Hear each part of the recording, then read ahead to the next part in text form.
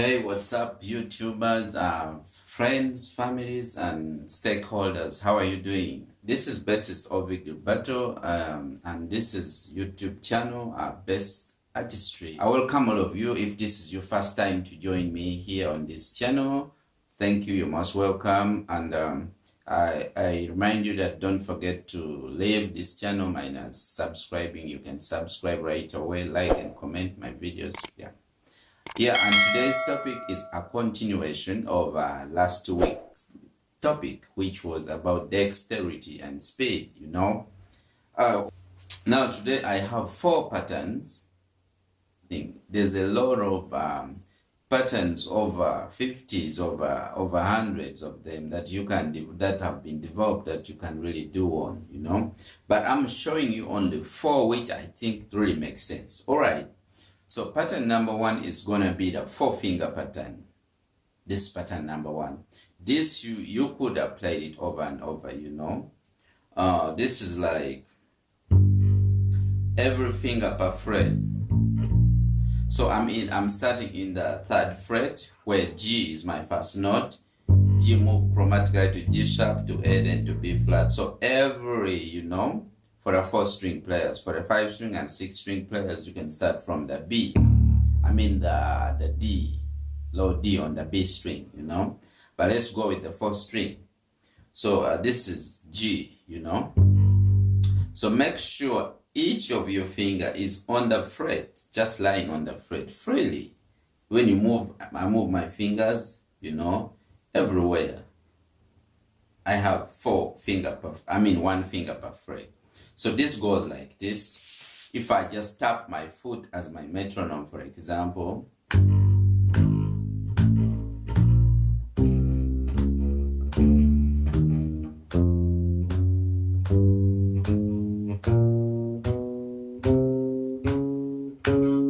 now when I reach here, now coming back, I do the opposite.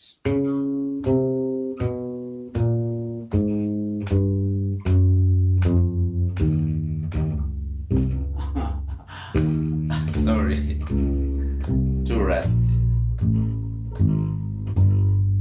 So what did I do in the counting? In the finger numbers, that is 1, 2, 3, 4, 1, 2, 3, 4, 1, 2, 3, 4, 1, 2, 3, 4.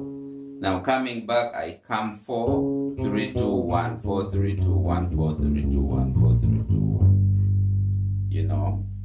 So this I repeat for you one more time.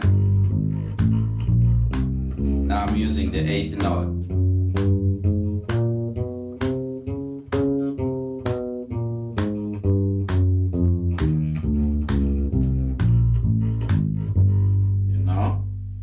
So after doing that and you feel you're comfortable, because remember my point is dexterity is finger dependence. How strong is each of your finger? Do all your fingers play equally? Do all your fingers give you equal tone? Or you have a weak finger? Personally, I try to practice a lot about fingers because some techniques, require all fingers to be playing. So it's tricky when some of your fingers can play, So now after you're done, now increase the speed, the tempo. Your velocity now changes, because you want to develop speed, you want to play faster, and you want to have runs where you can play faster and so on, do great fills which are really fast. So how you develop that is now start playing faster.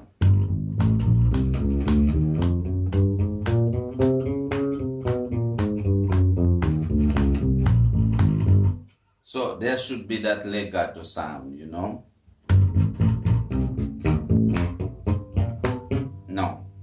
No, that is a no. There should be.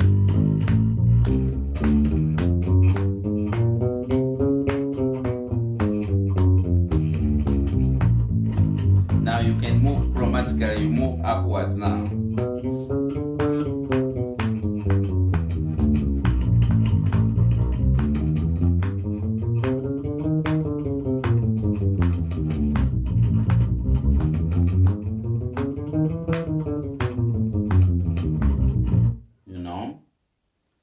start doing it your way. But make sure you're really smooth, you know, and that's what makes the sound really cool. Going smooth, that will take some time of practice, you know. So in that way, you're developing speed, you know. You're doing it your own way, from very slow.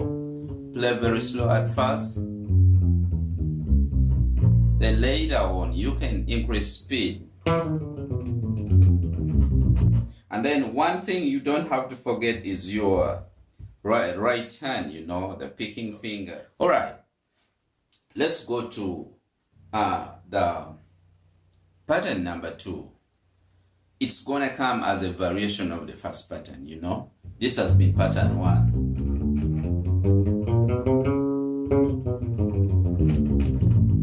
Now this time you're going to go, we start again from the 3rd fret, you know. This is 1, 4, 1, 3, 1, 2, you know. 1, 4, 1, 3, 1, 2. Those are the fingers. Then you go to the next string.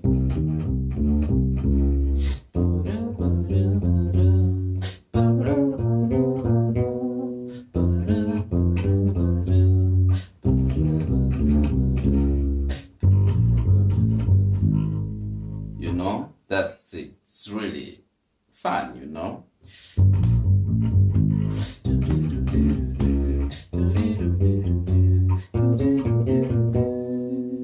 Mind about the closeness of your fingers to the strings. Actually, the more close your fingers are to the string, is the easier you're going to produce a faster and good tone, because there's not going to be rush, you know, to reach the string. It's really near. All right, so we go back. That is.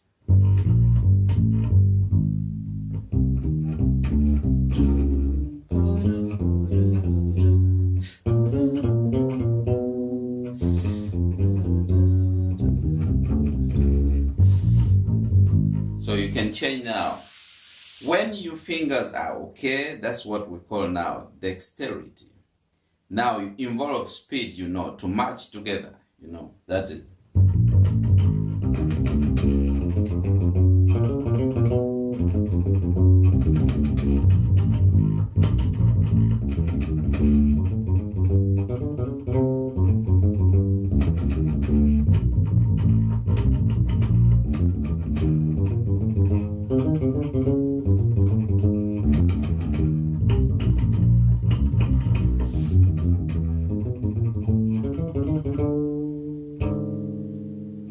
Yeah, do it your own way and try to develop your own speed, like I said in the first lesson.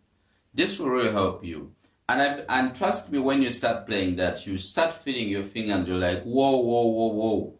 Something is happening to me. I don't know what's happening to me, you know?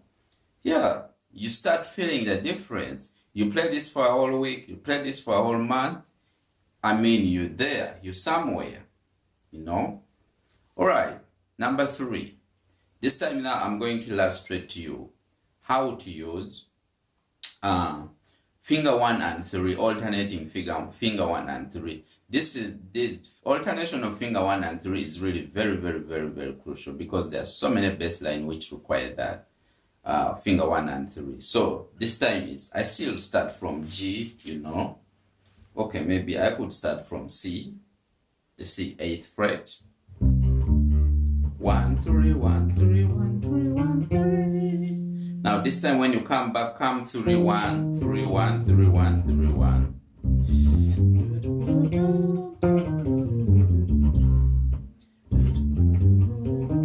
1, 3, 1, 3, 1, 3, 1, 3. When you come back, 3, 1, 3, 1, 3, 1, 3, 1. But be careful with your pinky finger, because some people, I normally see them playing and this is what they have. No. They have this.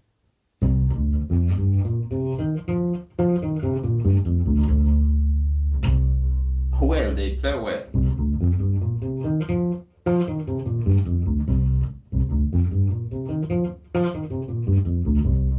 You know, smartness is tone. At the same time, smartness doesn't mean tone. So try to find your way out of my statement, Playing using the technique correctly creates much more flavor in tone. But again, it's not a must. There's some people who are using wrong techniques and playing and they're sounding cool. So the issue is find your way of doing things. And if you can understand instruction from any bass teacher like me or any other people, so many people out there. So you use one of them and then it becomes part of you, So smartness is tone. At the same time, it's not a must. Okay. So look, to me, this is how I feel like it should have been. Your fingers should be like this. This finger should be ready should come together with the rest of the finger. It's here. It can play some.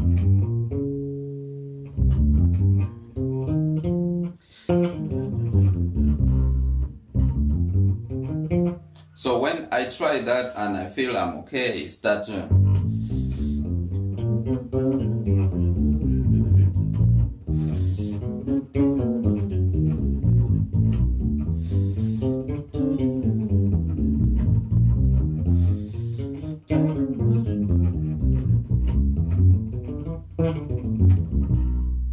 and make sure you're not like this.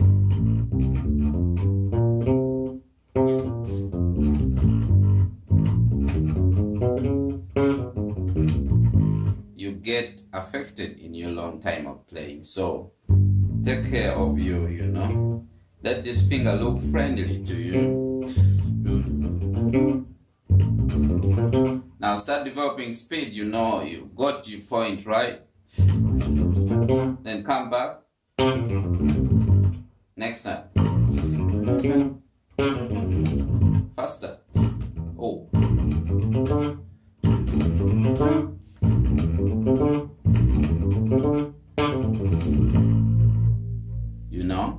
Do it your own way.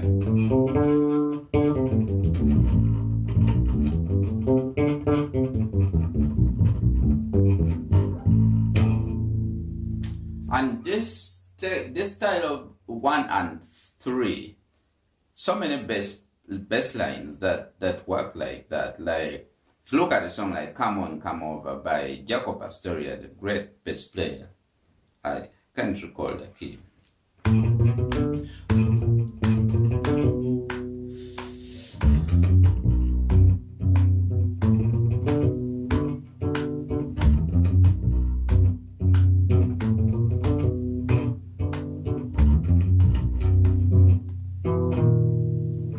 Yeah, so you find that I'm using the 3 finger. It works really. It really works there, And this, if you practice it well, it also works well when you're playing like a minor pentatonic scale, Let's say in C.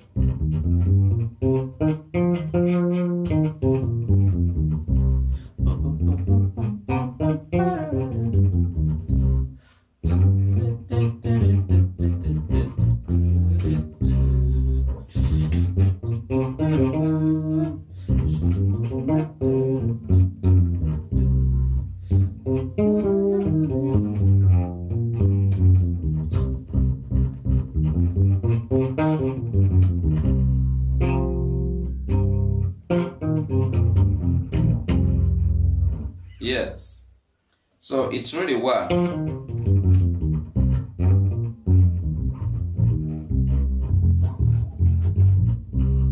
That's kind of some of the signature that was used by, a Pino Palladino. He used a lot of that minor blues scale.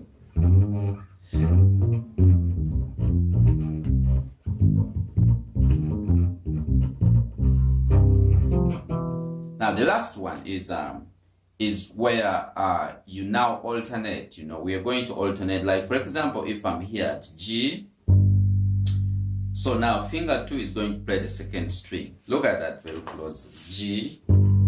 So finger 2 is going to play the next string. Then finger 3 is going to come back to the E string. Then finish with B flat. So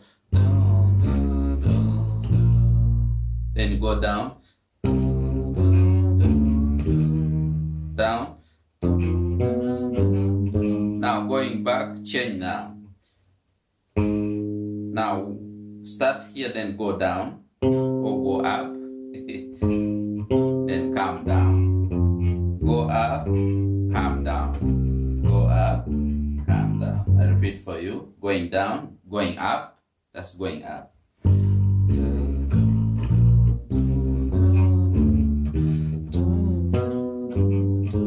Now come down.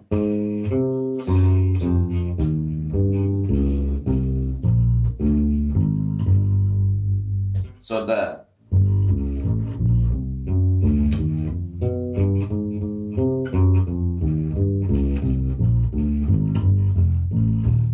For 5-string players, you know. So you can do that, then you can change the key. It's really, this works a lot with when you're playing across the strings. Actually, it works a lot, you know.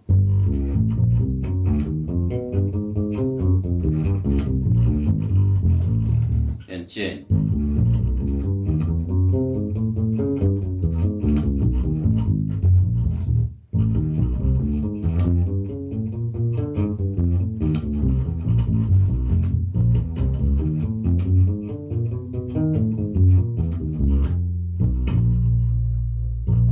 Yes. So this works a lot when you know you're playing across the strings. That works for you to practice playing across the string. You know, playing across the string is one of a big challenge to us, you know, the bass players. It's really a big challenge because sometimes you miss a note, you know. It's really tricky. Like, I don't know which group to show you. There's a song I'm trying to compose. I'm almost somewhere with it. It's my own composition. I hope you won't copy it. Sound like this, the groove.